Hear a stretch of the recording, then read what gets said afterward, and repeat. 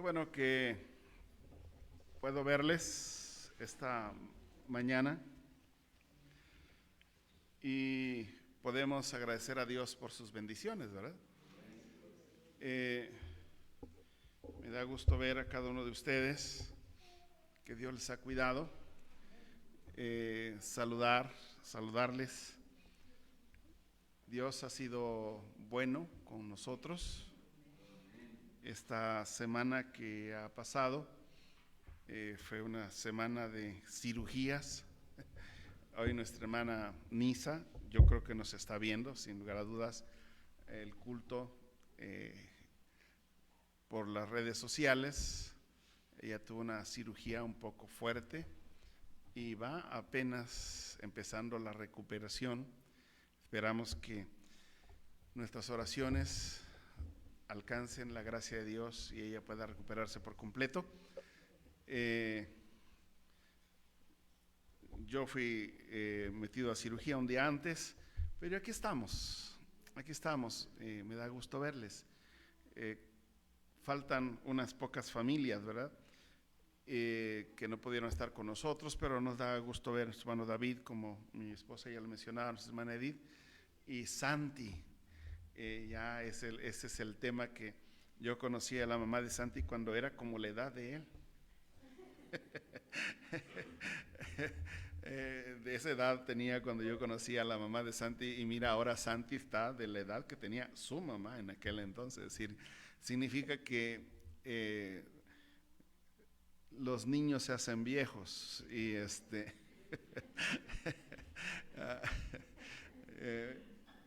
esta mañana tiene mucho significado para nosotros, puesto que 2 años en la pandemia no pudimos reunirnos básicamente en el templo, y aunque celebramos un 5º aniversario, este sería el 3er año que nos vemos en un aniversario, porque los otros 2 años no fue posible. Y algunas familias que han sido parte de nuestra iglesia, que han tenido que irse de la ciudad en la pandemia y ya no pudieron regresar, otros incluso fuera del país por asuntos de trabajo. Sé que varios de ellos nos están acompañando.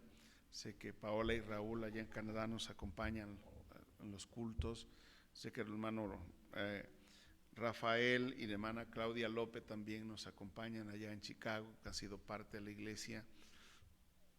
Pero también la otra parte de la iglesia, ¿no? La iglesia que no ha estado nunca con nosotros aquí, pero nos ha acompañado en las redes sociales. Hermano Javier Solís vive en California y él nos ha acompañado, su familia también. Hermano Abraham, hermana Reina, nos acompañan cada domingo, nos acompañan en los cultos. Y la familia de mi esposa en San Luis Potosí, y empezamos a ver que hay muchas familias que han estado con nosotros durante estos últimos 2 años y medio a través de las transmisiones, y que yo sé que los veremos cuando el Señor nos llame, ¿verdad? Porque va a ser muy difícil que vengan a un culto, aunque nos gustaría, si un día vienen por acá a México, nos puedan acompañar. La iglesia va más allá de solo un lugar. La iglesia tiene que ver con nosotros. Y cuando hablamos de un aniversario más de la iglesia, este sería el 5º año que iniciamos los cultos,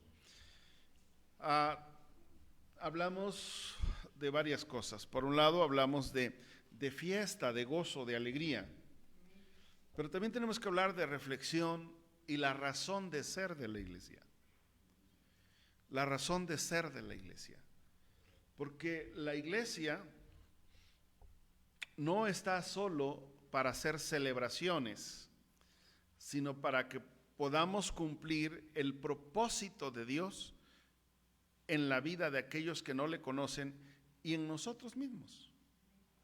El apóstol Pablo escribe en la primera carta a los Corintios, y solo voy a leer 2 versículos. Dice, así pues, dice, tengamos los hombres por servidores de Cristo y administradores de los ministerios de Dios. Ahora bien, se requiere de los administradores que cada uno sea hallado fiel. 1 Corintios 4, 1 y 2. Y vuelvo a repetir, así pues tengamos los hombres por servidores de Cristo y administradores de los misterios de Dios. Ahora bien, se requiere de los administradores que cada uno sea hallado fiel. El trabajo de la iglesia, o la razón de la iglesia, o entendiendo la razón del por qué estamos como iglesia, aquí el apóstol Pablo hace una descripción y nos plantea 3 cuestiones. 3 cuestiones. Primero, en la iglesia cristiana, en la iglesia cristiana que es verdadera, y ustedes dirán, ¿hay iglesias cristianas no verdaderas? Sí, lamentablemente sí. La primera cosa que Dios dice a través del apóstol Pablo de cada uno de nosotros es que dice que cada uno de los que conformamos la iglesia somos, ¿qué cosa? Servidores de Cristo. Y este concepto de servidores viene del concepto de siervos. Es decir, cada uno de los miembros de la iglesia, Dios nos ve como siervos de Él. Hay algunos conceptos que nosotros los hemos tomado de forma equivocada en la iglesia. Por ejemplo, este concepto de siervo. Cuando usamos el concepto de siervo, la iglesia lo ha hecho con una connotación diferente. Porque a veces decimos del pastor, es que es el siervo de Dios, y llegamos a pensar, ¿no? O sea, es una persona de alta alcurnia, cuando en realidad lo que estamos diciendo es una persona que está al servicio de Dios. Es como cuando a nosotros los pastores nos dicen, es que es el ministro de Dios. Y también tiene una connotación no de acuerdo a lo que significa, ¿no? Porque a veces nos la creemos y creemos que el ministro de Dios, creemos que es como un ministro de la Suprema Corte, ¿no? Así, de mucha altura, cuando en realidad es el concepto de minister, contrario al magíster, ¿no? ¿Sí? Magíster es alto, minister es bajo. Y ese es un aspecto que la palabra de Dios habla de cada uno de nosotros. La iglesia siempre debe considerarse, cada miembro de la iglesia, empezando por el pastor, debemos considerarnos servidores de Cristo. Eso nunca debemos perder de vista. ¿Quiénes somos nosotros? No somos las grandes personalidades, somos los servidores de nuestro Señor Jesucristo. Y esto nos tiene que ubicar en el lugar correcto. ¿Por qué? Porque Dios, como servidores de Cristo, va a demandar de nosotros las cuentas que cada siervo debe dar a su Señor. ¿O no es así? Los siervos damos cuenta a nuestro Señor.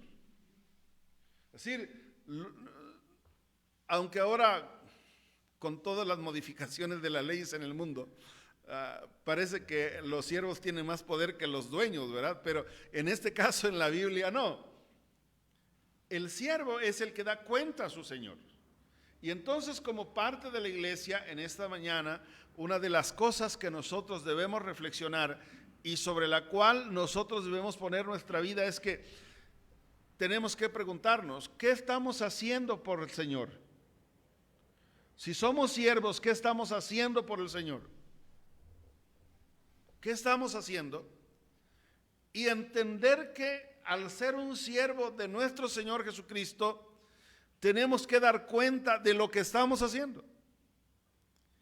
Es decir, el apóstol Pedro en su capítulo 1, versículos 7 al 8 dice: para que sometida a prueba vuestra fe, mucho más preciosa que el oro, el cual aunque perecedero se prueba con fuego, sea hallada en alabanza, gloria y honra cuando sea manifestado nuestro Señor Jesucristo, a quien amáis sin haberle visto, en quien creyendo, aunque ahora no le veáis, os alegráis con gozo inefable.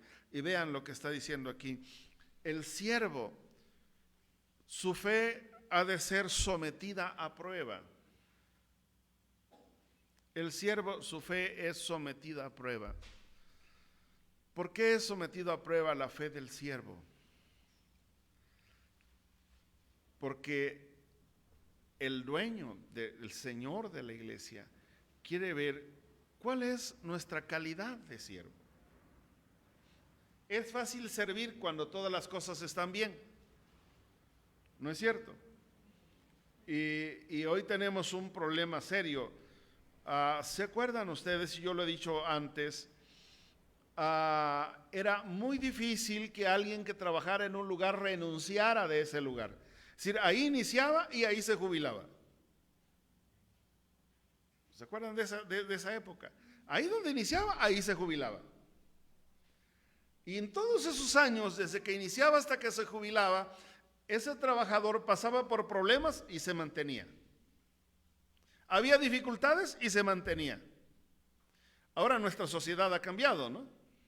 Trabaja un año aquí, 2 años allá, 3 años allá. ¿Y dónde trabajas? Ahorita estoy trabajando aquí. Y cuando a los jóvenes le dicen, preséntame tu CV, ¿no? Currículo de vida. 1 año trabajando aquí, otro año trabajando aquí, y tiene como 20 empleos. Y una de las razones, no la única, una de las razones del por cual muchos cambian de empleo es que hubo problemas. Y no, a mí no me gustan los problemas, yo ya deserto de este trabajo. Pero en la vida cristiana, el siervo debe mantenerse a pesar de los problemas, porque la vida cristiana tiene problemas. Porque a veces decimos, pero si ahora que sirvo al Señor tengo más conflictos. Por supuesto. ¿Y sabe por qué? Porque antes de que sirviera al Señor, su vida no era confrontada con muchas cosas, con muchos conceptos verdaderos. Ahora es confrontado y dice, caray, esto no estaba en la lista cuando me hablaron del Evangelio. Esto no me dijeron que iba a pasar, pero pasa. Entonces, ¿qué es lo que tenemos que entender? El apóstol Pablo dice que la iglesia debe siempre entender, y cuando hablo de iglesia, hablo de todos los que estamos aquí. La iglesia somos todos los que estamos aquí. No voy a decir, ¿y usted no se está incluyendo? Por supuesto, porque si no soy de la iglesia del Señor, ¿qué puedo aspirar? Pero la segunda cosa dice, y esto es hermoso, nos pide que entendamos que somos siervos, pero que dice que somos administradores ¿de qué? De los misterios de Dios. Y esto es lo hermoso. Que entendiendo que nosotros somos siervos del Señor, Dios nos ha confiado sus misterios. Qué interesante, ¿no? Y el misterio más grande es el misterio de la salvación. Dios nos ha confiado eso. Primero nos ha hecho salvos, nos ha hecho sus hijos.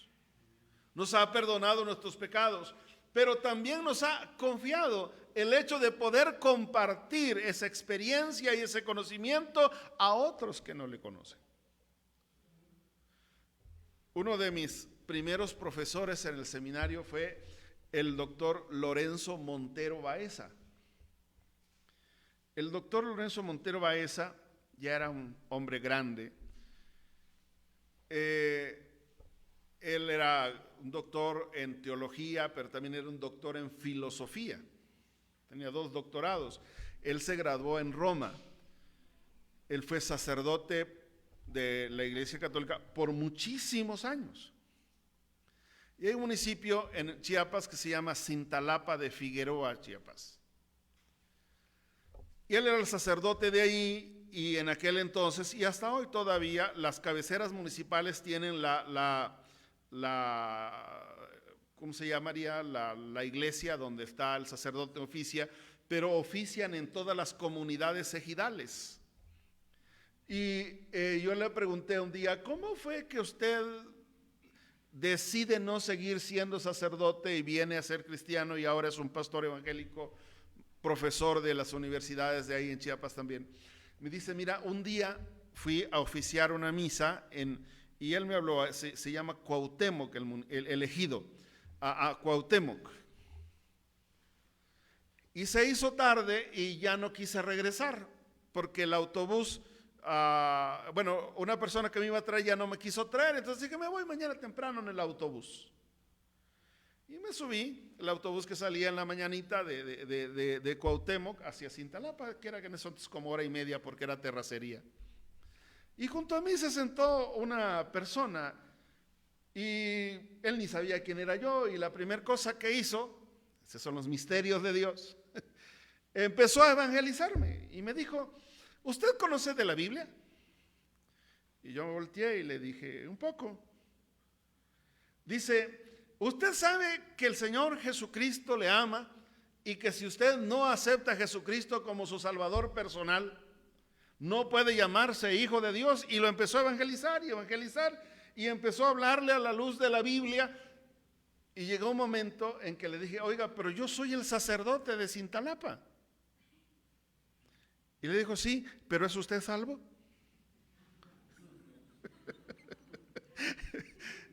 Y ya terminó el tiempo, me bajé del autobús y entonces empecé a leer la Biblia sobre todo lo que me había hablado y descubrí que aún siendo un doctor en teología y doctor en filosofía, yo no había tenido la experiencia de conocer a Jesucristo como mi Salvador personal. Y el hombre que me evangelizó era un simple campesino. No era un estudiado, era un campesino. Porque Dios, vean lo que dice, estoy ilustrando el caso, porque Dios ha dado a la iglesia ser, ¿qué cosa? Administradores, ¿de qué? De los misterios de Dios. De los misterios de Dios. Como un hombre iletrado puede presentar el evangelio a un personaje con todos los títulos, porque el evangelio es simple y Dios le ha dado a la iglesia esa capacidad de poder compartir los misterios de Él. Y el misterio más grande que ha dado la iglesia es el de compartir el evangelio. Y esta es la tarea de la iglesia, compartir ese misterio. A veces uno dice, pero ni me va a hacer caso. No, a mí no me va a hacer caso, sinceramente no. Pero yo no convenzo a la gente. Quien convence a las personas es el Espíritu Santo. Eso es lo que dice el apóstol Pablo, que la iglesia ha sido, ¿qué cosa?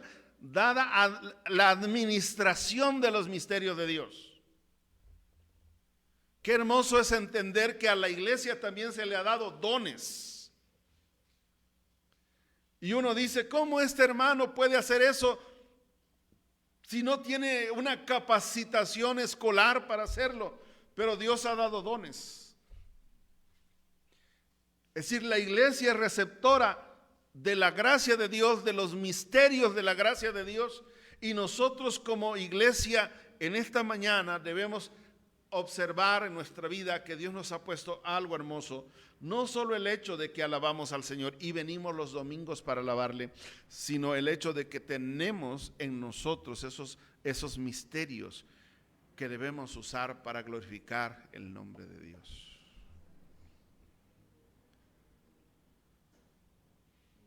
Es inentendible cómo Dios hace grandes cosas. Es inentendible, ¿verdad?, cómo oramos por los enfermos y Dios los sana.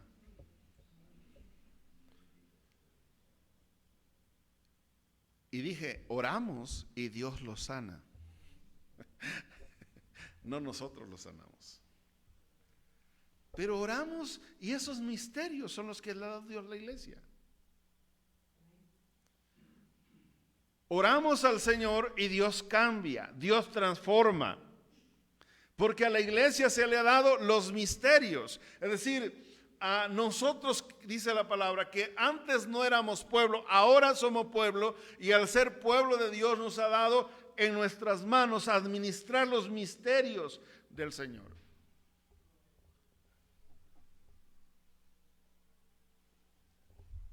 Los dones nos ha dado el Espíritu Santo. Qué hermosa bendición. Nos ha dado la presencia del Espíritu Santo. Le dijo Jesús a sus discípulos: no se vayan de Jerusalén hasta que haya venido sobre vosotros la presencia del Espíritu Santo. Y vino el derramamiento del Espíritu Santo en Jerusalén, pero ha venido el derramamiento del Espíritu Santo en Samaria, ha venido el derramamiento del Espíritu Santo en Cesarea, y vino el derramamiento del Espíritu Santo en Éfeso. Y el Espíritu Santo se sigue derramando en la iglesia el día de hoy.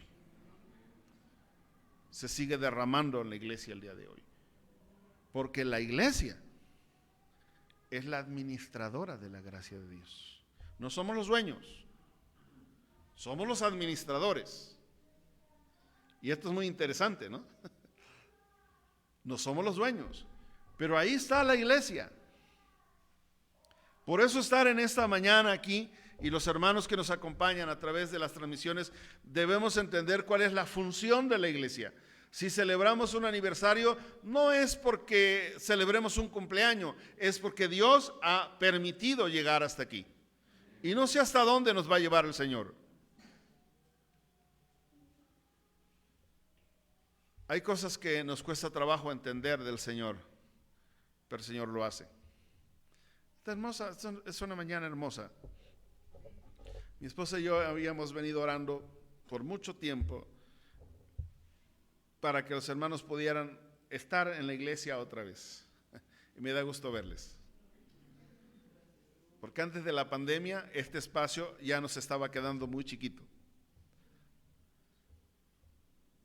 Pero tenemos que entender que la tarea de la iglesia es eso. Mas, sin embargo, termina el pasaje con un llamado. ¿Cuál es el llamado? Dice, ahora bien, ¿qué cosa? Se requiere que los administradores de cada uno, ¿qué cosa dice? Sea hallado fiel. Entonces, la iglesia también somos siervos, somos administradores, pero somos llamados a la fidelidad. Y la fidelidad va en varios sentidos. En un mundo con tantas cosas alrededor de nosotros, hay algo que Dios espera de nosotros. Es la fidelidad doctrinal y de la palabra del Señor.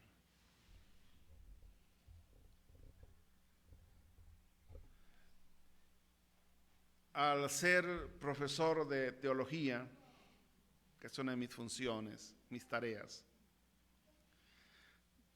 constantemente tengo que estar observando cómo la iglesia misma puede pervertir la palabra de Dios. Sí, la iglesia misma puede pervertir la palabra de Dios.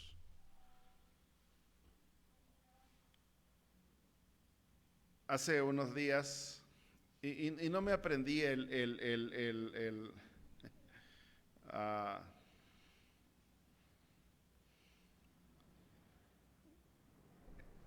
sketch que valdría la pena que yo me lo hubiera aprendido.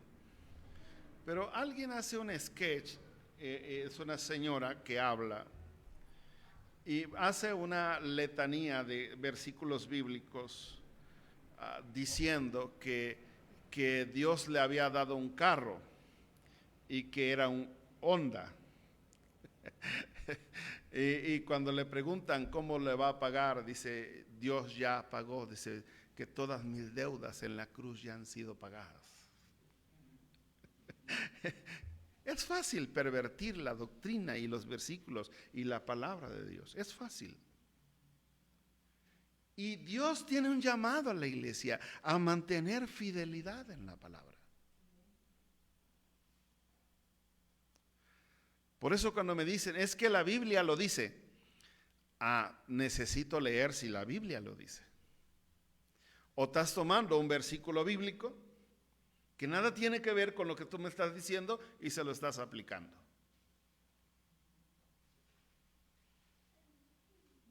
¿No es así? Hay una persona que habla mucho sobre la doctrina de la prosperidad y agarra unos versículos bíblicos para hablar la doctrina de la prosperidad que digo, qué bárbaro, qué fácil es agarrar versículos y aplicarlos a mi conveniencia. Qué fácil es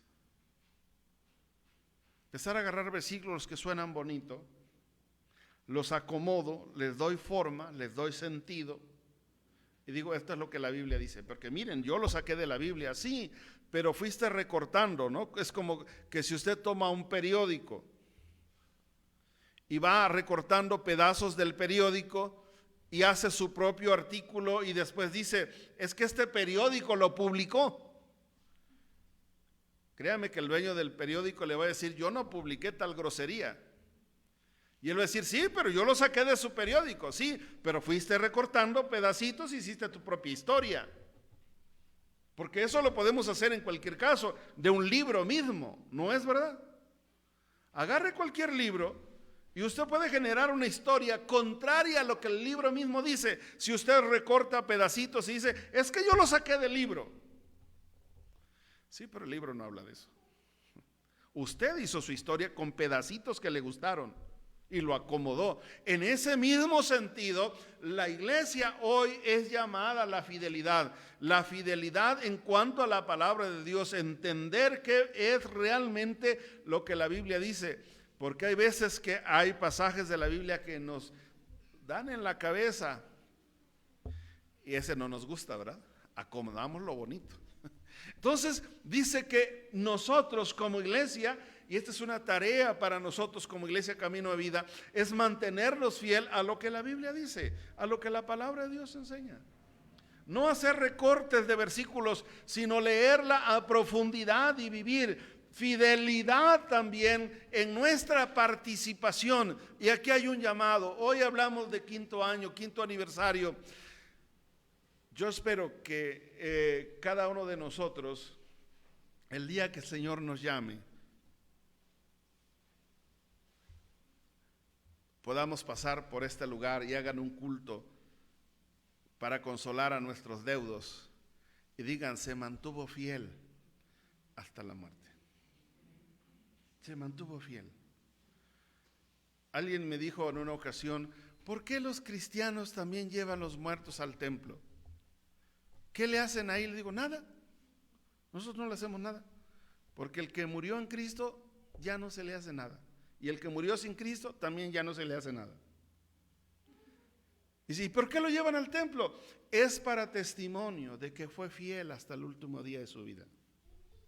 Que fue parte de esa iglesia y la congregación lo despide por haberse mantenido fiel. No porque le hagamos algo al cuerpo. Porque la palabra de Dios enseña que no es así, pero pasamos por ahí por la fidelidad que hemos mantenido. Qué hermoso será que lleguemos hasta el final de nuestra vida manteniéndonos fiel. En estos días han fallecido varias personas y mi esposa y yo hemos platicado. Yo no puedo determinar quién murió con el Señor y quién no, porque eso solo Dios que conoce los corazones. Y que probablemente si alguien se separó en el último momento como el ladrón de la cruz, haya alcanzado el perdón. Eso no depende de mí. O sea, yo no puedo decir, este sí, este no. Yo puedo creer de aquel que siempre ha estado fiel al Señor y al morir podemos decir con mucha certeza que fue al Señor. Pero lo que hablábamos mi esposa y yo, que varias de las personas que conocimos se fueron del Señor y fueron líderes en la iglesia, y hablo no solo de la iglesia en la Serena, sino en otros lugares porque han sido varios, no uno. Y le digo, yo espero que algún día, quizás en el último tiempo, hayan tenido esa oportunidad. Pero ¿por qué tendríamos que nosotros estar pensando que si va a haber espacio en el último momento? ¿Por qué? ¿Por qué no asegurar eso siendo fiel? ¿Qué es mejor? Estar seguro, ¿no? Estar seguro que somos fiel y no importa cómo sea el último momento de nuestra vida, sabemos que fuimos fiel. Que no nos estamos echando un volado para ver si en el último momento hay chance. ¿A usted le gustaría jugarse su salario cada quincena en un volado? A ver si lo duplica. ¿Verdad que no? Bueno, a veces nuestra vida espiritual la tenemos en un volado, ¿no? Y decimos, voy a echar un volado, espero que el Señor un minuto antes me dé chance. Bueno, si lo logra, qué bueno. Yo no me enojo. Al contrario, le doy gracias a Dios, pero es un volado, hermano. Como dijo el norteamericano, es 50-50, ¿no? ¿O no es así? 50-50. O bien lo ganas, o bien lo pierdes. Y aquí no perdemos otra cosa que no sea participar en la vida eterna con nuestro Señor Jesucristo. Y este es el llamado, hermanos. Mantengámonos fieles a la palabra y mantengámonos fieles al Señor.